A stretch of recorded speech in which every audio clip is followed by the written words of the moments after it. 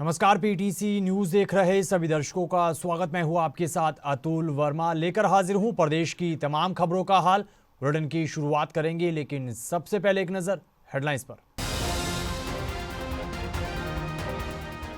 हरियाणा के सोनीपत में कथित यौन शोषण का मामला आया सामने। राय के सूचना प्रौद्योगिकी संस्थान के 2 प्रोफेसर्स पर आरोप, पुलिस ने दर्ज किया केस। पंचकुला में तैनात क्राइम ब्रांच इंस्पेक्टर के यमुनानगर निवास पर डकैती और हत्या के मामले में खुलासा। पुलिस का दावा, इंस्पेक्टर की पत्नी ने ही दिया था वारदात को अंजाम। करनाल के सेक्टर 13 में पंजाब नेशनल बैंक की ब्रांच में करीब 60 लाख का गबन, कैशियर पर आरोप। शाखा प्रमुख की शिकायत पर पुलिस ने दर्ज किया केस। फरीदाबाद के सराय ख्वाजा में ज्वेलरी शोरूम में लूट की कोशिश के मामले में पुलिस की कार्रवाई। दोनों बदमाशों को पकड़ा, दोनों आरोपी निकले स्टूडेंट। और पानीपत असंध रोड पर दिखा कोहरे का कहर। कोहरे के कारण तालाब में पलटा कैंटर, बाल बाल बचे ड्राइवर और हेल्पर।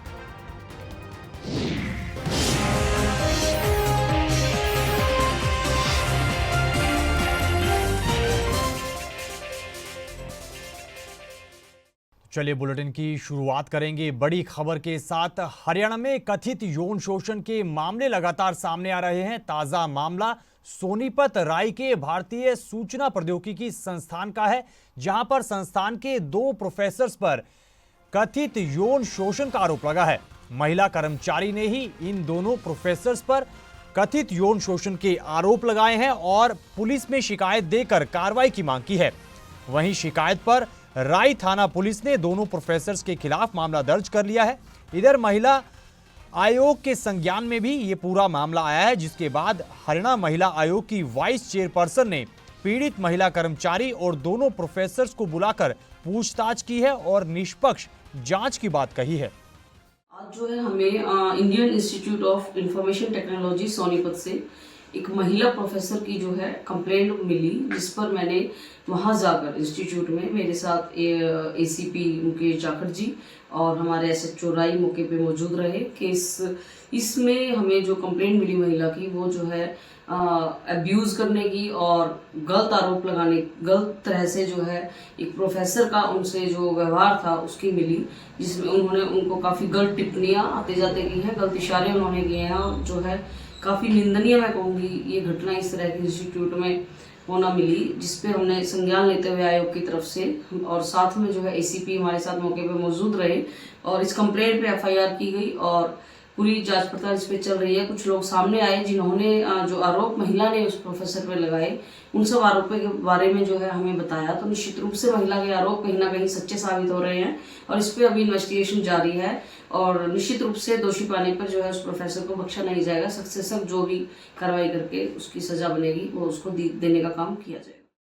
पंचकुला में तैनात क्राइम ब्रांच के इंस्पेक्टर के यमुनानगर स्थित निवास पर डकैती और हत्या के मामले में पुलिस ने जांच करते हुए अब खुलासा किया है और मामले में दावा किया है। पुलिस अधिकारी के मुताबिक ये पूरी हत्या और डकैती की साजिश क्राइम ब्रांच इंस्पेक्टर की पत्नी ने ही रची थी। उन्होंने बताया कि यह घटना अगर सीसीटीवी कैमरे में कैद ना होती तो इतनी जल्दी इस पूरी घटना का खुलासा ना होता।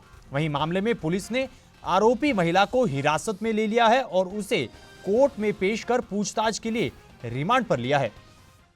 अभी पिछले 11 तारीख को अनफॉर्चुनेट इंसिडेंट हुआ था, जिसमें हमारे ही विभाग के इंस्पेक्टर निर्मल की माता की हत्या हो गई थी। उसमें इन्वेस्टिगेशन हमने काफ़ी गहराई से की है और जो भी हमारी CIA 1, CIA 2, anti burglary staff और महिला SHO मेरे पर्यवेक्षण अधिकार क्षेत्र में लगातार हम इस पे इन्वेस्टिगेशन कर रहे थे। इन्वेस्टिगेशन के दौरान कल हमने जो निर्मल की वाइफ हैं उनको अरेस्ट किया है। हमने जो अभी तक इन्वेस्टिगेशन में पूछताछ में जो चीज़ें सामने आई हैं उसके आधार पे घरेलू जो कारण हैं उनकी वजह से ये इंसिडेंट हुआ और घरेलू कारणों की वजह से ही झगड़ा हुआ था दोनों सास और बहू के बीच में 11 तारीख को। उस झगड़े के दौरान जो निर्मल की वाइफ हैं आरोपिया शिल्पी, उनके द्वारा हत्या की गई और उस हत्या को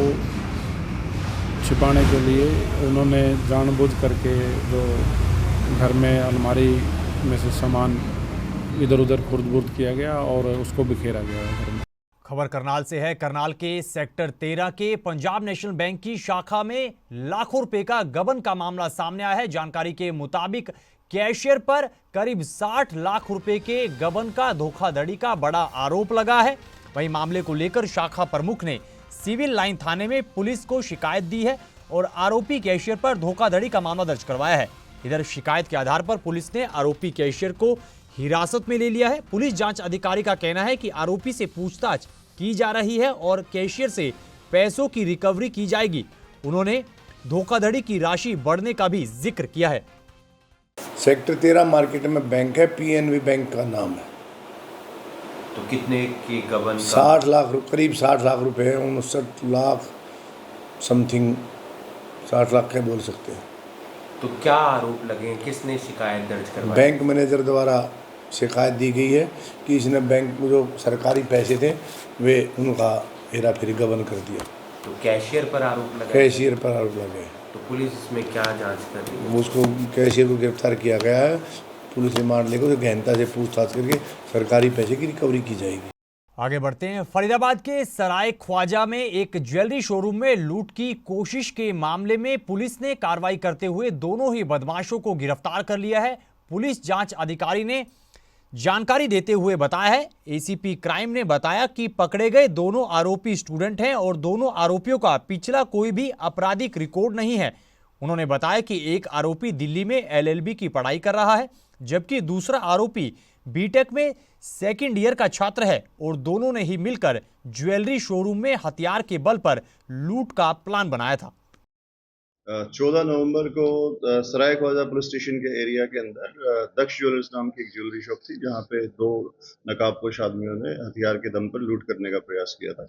उस संदर्भ में एफआईआर नंबर 398 जो है वो सराय ख्वाजा पुलिस स्टेशन के अंदर बीएनएस की विभिन्न धाराओं के तहत दर्ज की गई और क्राइम ब्रांच बॉर्डर की जो टीम है, जिसके इंचार्ज पीएसआई जितेंद्र हैं, उसकी टीम ने आरोपियों को घटना के कुछ घंटों के बाद ही आरोपियों को जो है वो गिरफ्तार कर लिया और आरोपियों से जो वारदात में यूज़ किया गया जो वेपन है और जो कपड़े और मास्क वगैरह जो भी उन्होंने यूज़ किए थे वो सभी जो है वो बरामद कर लिए गए हैं। आरोपी पुलिस रिमांड पर हैं। जो 2 आरोपी गिरफ्तार किए गए हैं उनकी मैं डिटेल्स आपको बताता हूँ। एक आरोपी का नाम दक्ष है जो दिल्ली का रहने वाला है और बीए एलएलबी का छात्र है, एमिटी यूनिवर्सिटी का छात्र है और दिल्ली में एक साइबर कैफे भी चलाता है और एक फाइनेंस का भी काम करता है और उसने अपनी घर की जो खुद की ज्वेलरी है वो दक्ष ज्वेलर के पीछे जो है वो बेच दी थी और अब वो उसी नुकसान की भरपाई करने के लिए उसने अंजाम को जो है वारदात देने का जो प्लान बनाया था। दूसरा जो आरोपी है वो शशांक है, जो अशोका एनक्लेव सेक्टर 34 का ही रहने वाला है और वो बीटेक से 3rd ईयर का जो है वो छात्र है। दोनों आरोपी जो हैं वो दोस्त हैं पहले से ही और दोनों में से किसी का भी कोई क्रिमिनल रिकॉर्ड नहीं है।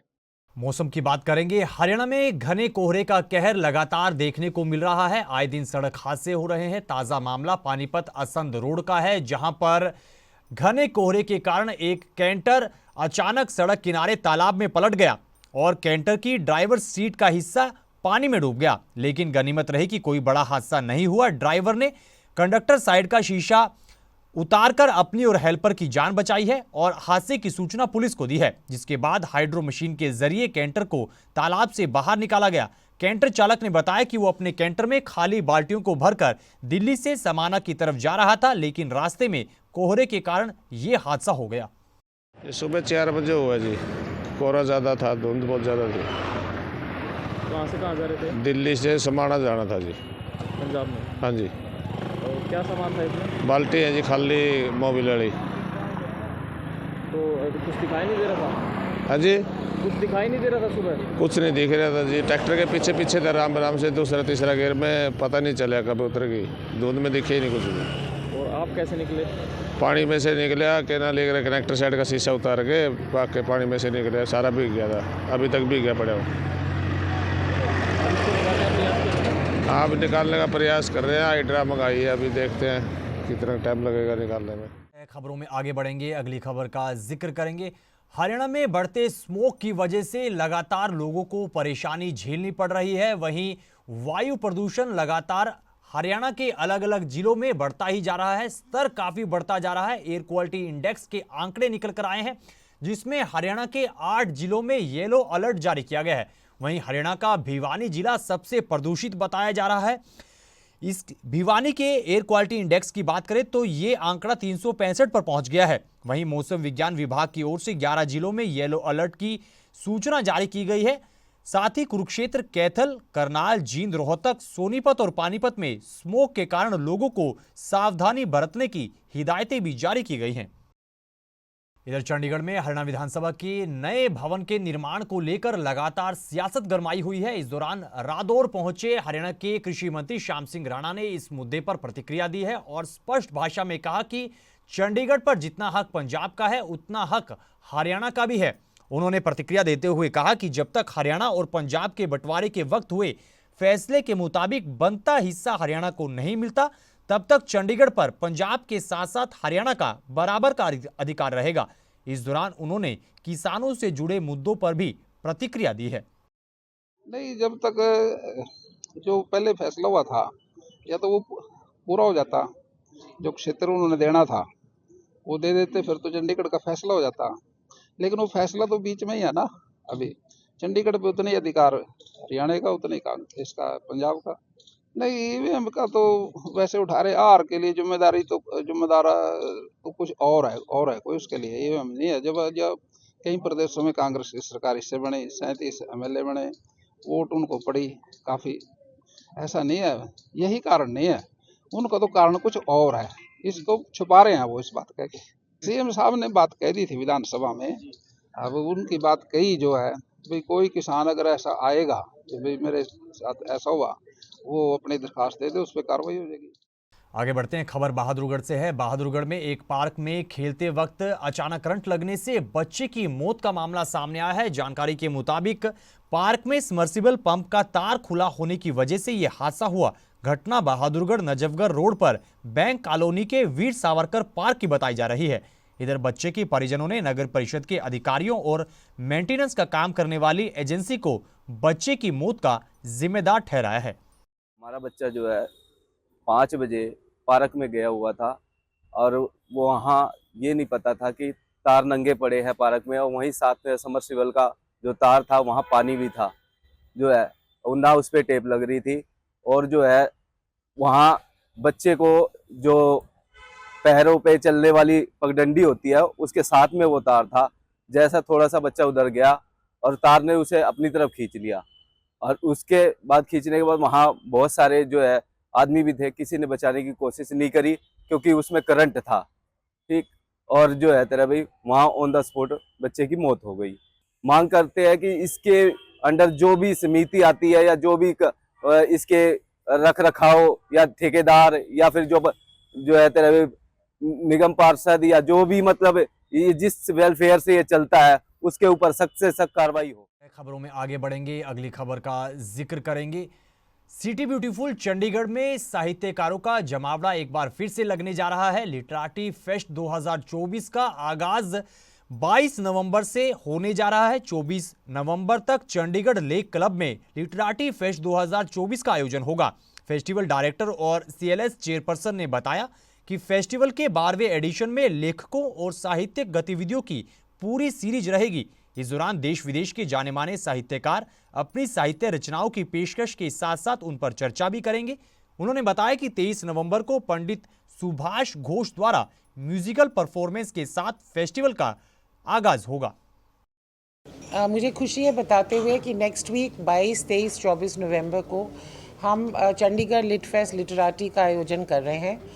चंडीगढ़ लिटरेरी सोसाइटी लगातार 12 सालों से यहाँ पे CLF लिटरेटी ऑर्गेनाइज करती आई है, और इस बारी भी हर साल की तरह हमने कोशिश की है कि हम कुछ नया करें, कुछ जाने माने ऑथर्स लाएं और एक आर्ट पे केंद्रित लिट फेस्ट हो जिसमें हम म्यूज़िक, आइडियाज़, बुक्स, पोइट्री सभी कुछ एक्सप्लोर करें। शुरुआत हम कर रहे हैं शाम गज़ल से 22 की शाम को। उसके बाद 23 तारीख को we starting with another musical morning. Pandit Subhash Ghosh वहाँ पे पेश करेंगे अपने classical fusion. Then we have the book launch of mister Ratan Tata who is such a legend and an icon. उनकी बायोग्राफी का बुक लॉन्च भी है और डिस्कशन भी है जो मिस्टर TK मैथ्यू ने लिखी है। इस खबर के साथ फिलहाल इस बुलेटिन में इतना ही, लेकिन पीटीसी न्यूज पर खबरों का सिलसिला बदस्तूर जारी है। आप बने रहिए पीटीसी न्यूज के साथ। फिलहाल के लिए दीजिए इजाजत। नमस्कार।